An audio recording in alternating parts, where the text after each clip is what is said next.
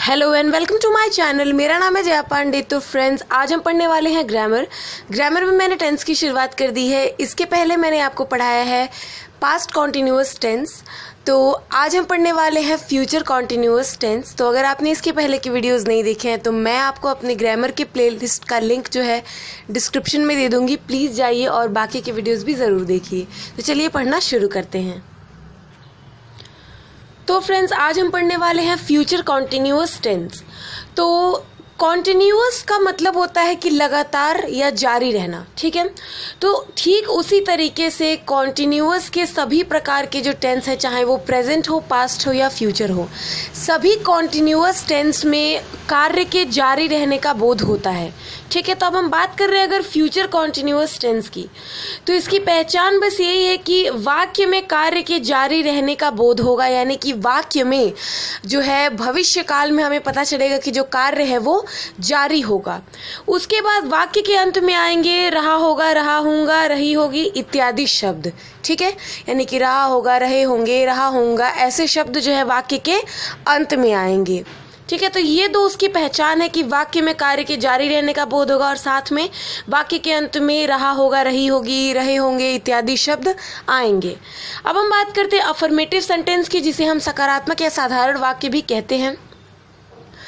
तो सबसे पहले हम ये जान लेते हैं कि जो अफर्मेटिव सेंटेंस होते हैं उसमें ना तो किसी नकारात्मकता का बोध होता है और ना ही किसी प्रश्न को पूछा जाता है। यानी कि ये जो वाक्य होते हैं वो बिल्कुल साधारण होते हैं। ये एक कथन को कहते हैं, एक स्टेटमेंट को पास करते हैं।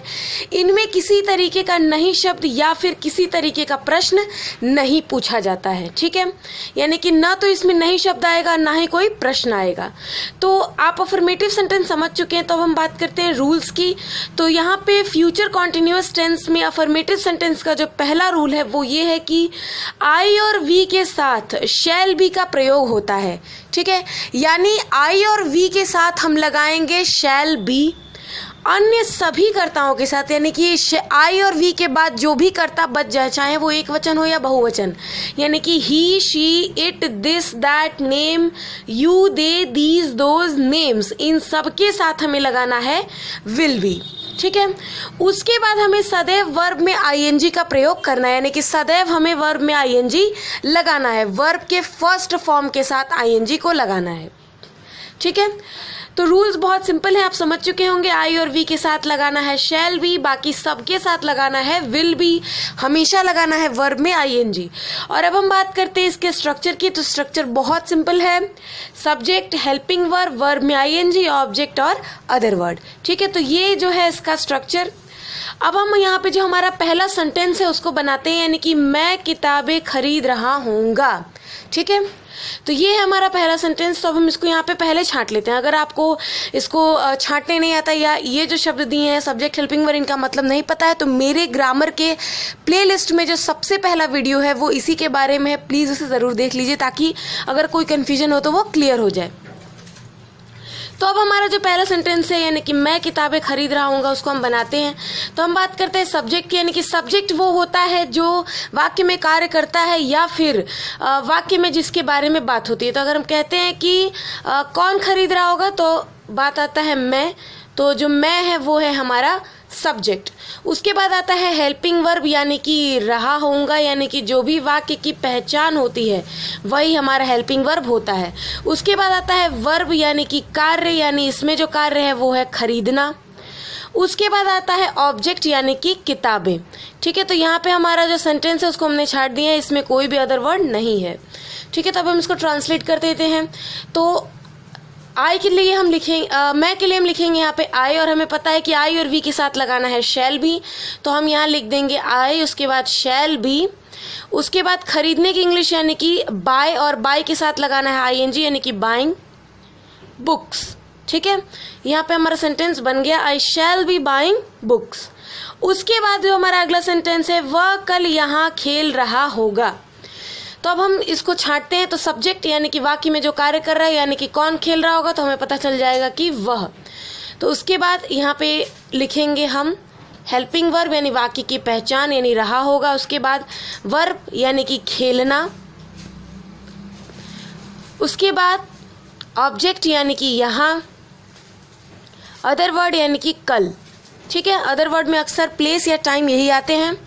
अब हम यहाँ पे लिख लेते हैं, क्योंकि रहा होगा है यानी कि रहा यानी कि ये पुलिंग है, तो हम यहाँ लिख रहे हैं ही।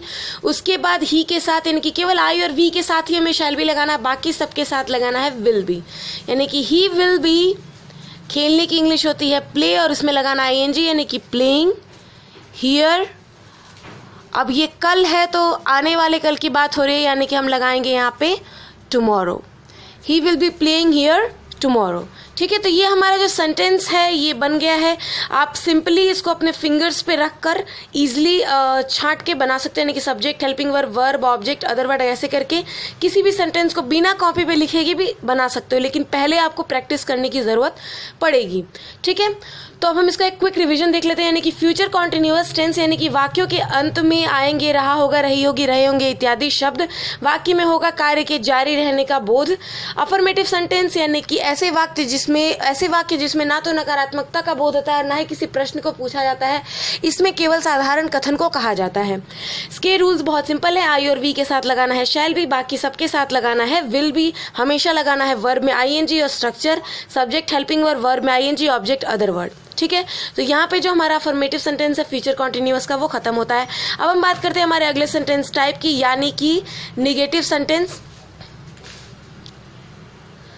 तो हमारा जो अगला सेंटेंस टाइप है वो है निगेटिव सेंटेंस, यानी कि नकारात्मक वाक्य। तो इसमें जो वाक्य की पहचान होगी वो बिल्कुल सेम है, यानी कि वाक्य में कार्य के जारी रहने का बोध होगा, और वाक्य के अंत में आएंगे रहा होगा, रही होगी, रहे होंगे इत्यादि शब्द। और क्योंकि ये नकारात्मक वाक्य है तो वाक्य के बीच में आ जाएगा नहीं शब्द, बस। इसके अलावा और कोई अंतर इसमें नहीं होता है, सब पहचान सेम है, बस वाक्य के अंत में नहीं शब्द आ जाते हैं, वाक्य के बीच में नहीं शब्द आ जाते हैं, जिससे कि हमें पता चलता है कि ये नकारात्मक वाक्य है। रूल्स इसमें बहुत सिंपल है। आई और वी के साथ हमें लगाना है शैल नॉट बी, ठीक है। तो अक्सर जो लोग हैं वो इसी में कंफ्यूज हो जाते हैं। कभी कभी क्या करते हैं लोग कि शैल और बी के बाद मैंने स्टूडेंट्स को देखा है कि शैल बी नॉट लगा देते हैं, ठीक है। तो हमें इतना चीज़ बस ध्यान रखना है कि हमेशा शैल और बी और विल और बी के बीच में नॉट को लगाना है, ठीक है। रूल्स बिल्कुल सेम है पहले की तरह, यानी कि आई और वी के साथ शैल नॉट बी। अन्य सभी जो कर्ता बच जाते हैं, यानी कि he, she, it, this, that, name, you, they, these, those names, इन सबके साथ हमें लगाना है विल नॉट बी, ठीक है। सदैव हमें वर्ब में ING फॉर्म का प्रयोग करना है।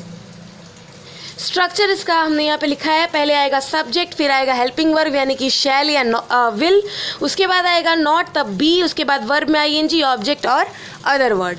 तो ये हमारा सेंटेंस यहाँ पे स्ट्रक्चर हमारा लिखा है। तो अब हम यहाँ पे सेंटेंस जो है हमारा पहला वो बनाएंगे, यानी कि वह कल अपना पाठ याद नहीं कर रहा होगा, ठीक है। इसमें मैंने सब चीज़ें यहाँ पे लिखी हुई हैं। तो सब्जेक्ट हम लिखते हैं, यानी कि वह, यानी वाक्य में जो कार्य करे, यानी कि कौन याद नहीं कर रहा होगा, तो वह है हमारा सब्जेक्ट। हेल्पिंग वर्ब है, यानी कि रहा होगा, नॉट के जगह पर हमें लिखना है नहीं, बी के जगह पर कुछ नहीं लिखना है, बस उसको उतार देना है, ठीक है। उसके बाद आता है हमारा वर्ब यानी कि हमारी क्रिया। तो वह कल अपना पाठ याद नहीं कर रहा होगा, ठीक है। तो यहाँ पे याद करना है वो है हमारी क्रिया, यानी कि हमारा कार्य, यानी कि याद करना। ऑब्जेक्ट है अपना पाठ, यानी जिस चीज़ के ऊपर वो कार्य कर रहा है या करेगा। उसके बाद आता है अदर वर्ड, यानी कि कल, ठीक है। तो अब हम इसको ट्रांसलेट कर देते हैं। यहाँ पे हम लिख रहे हैं ही, और ही के साथ हमें लगाना है विल। नॉट की जगह पर नहीं की जगह पर लगाएंगे नॉट, उसके बाद लिखना है बी, यानी कि ही विल नॉट बी। याद करने का होता है लर्न, ठीक है, और लर्न में हमें लगाना ING, यानी कि लर्निंग। अपना पाठ यानी हिज लेसन, हिज इसलिए लगाया है क्योंकि यहाँ पे ही है, ही के साथ अपना के लिए हम अक्सर हिज ही लगाते हैं, हमेशा हिज लगाते हैं, ठीक है। उसके बाद कल, तो टुमारो, यहाँ पे ये जगह नहीं बची है, कोई बात नहीं। तो यहाँ पे हमारा जो सेंटेंस है वो बन गया है, he will not be learning his lesson tomorrow, ठीक है। हमारा जो अगला सेंटेंस है, हम सो नहीं रहे होंगे, ठीक है। तो अब हम इसको यहाँ पर ट्रांसलेट करते हैं। हमारा सब्जेक्ट यानी कि हम, यानी वाक्य में जो कार्य कर रहा होगा। उसके बाद हमारा हेल्पिंग वर्ब यानी कि रहे होंगे, नॉट की जगह पर लिखेंगे हम नहीं, बी को हमें ऐसे ही उतारना है। वर्ब है हमारा सोना, इसमें ना तो कोई ऑब्जेक्ट है ना अदर वर्ड है। हम की यहाँ पे हम इंग्लिश लिख देंगे, यानी कि वी, और वी के साथ लगाना है शैल, वी शैल, उसके बाद लिखना है नॉट बी स्लीपिंग। ठीक है, तो ये जो हमारा सेंटेंस है यहाँ पे बन गया है, we shall not be sleeping. तो हमारा नेगेटिव सेंटेंस भी यहाँ पे खत्म होता है। इसका एक हम क्विक रिवीजन देख लेते हैं, यानी कि फ्यूचर कॉन्टिन्यूअस टेंस, जिसमें वाक्य में कार्य जारी रहने का बोध होगा, और वाक्य के अंत में आएंगे रहा होगा, रही होंगे और रहे होंगे इत्यादि शब्द। और नेगेटिव सेंटेंस है तो वाक्य के बीच में आएगा नहीं शब्द। रूल्स बहुत सिंपल है, आई और वी के साथ लगाना है शैल नॉट बी, बाकी जितने भी कर्ता बच जाएं, यानी कि he, she, it, this, that, name, you, they, these, those names, इन सबके साथ लगाना है विल नॉट बी। सदैव लगाना है वर्ब में आईएनजी। ठीक है, स्ट्रक्चर बहुत सिंपल है, subject, helping verb, not be. इतना ध्यान देना है कि शैल और बी के बीच में नॉट, विल और बी के बीच में नॉट लगेगा। ठीक है, वर्ब, ऑब्जेक्ट और अदर वर्ड। तो ये यहाँ पे जो निगेटिव सेंटेंस है वो खत्म होता है। अब हम बात करते हैं हमारे अगले सेंटेंस टाइप की, यानी कि इंटरोगेटिव सेंटेंस। ठीक है, तो क्योंकि फ्यूचर कॉन्टिन्यूअस टेंस है तो बिल्कुल जो रूल्स है वो बिल्कुल सेम होंगे। वाक्य में कार्य के जारी रहने का बोध होगा, वाक्य के अंत में आएंगे रहा होगा, रही होगी, रहे होंगे इत्यादि शब्द। ठीक है, क्योंकि ये इंट्रोगेटिव सेंटेंस है तो वाक्य के शुरुआत में आएगा क्या शब्द।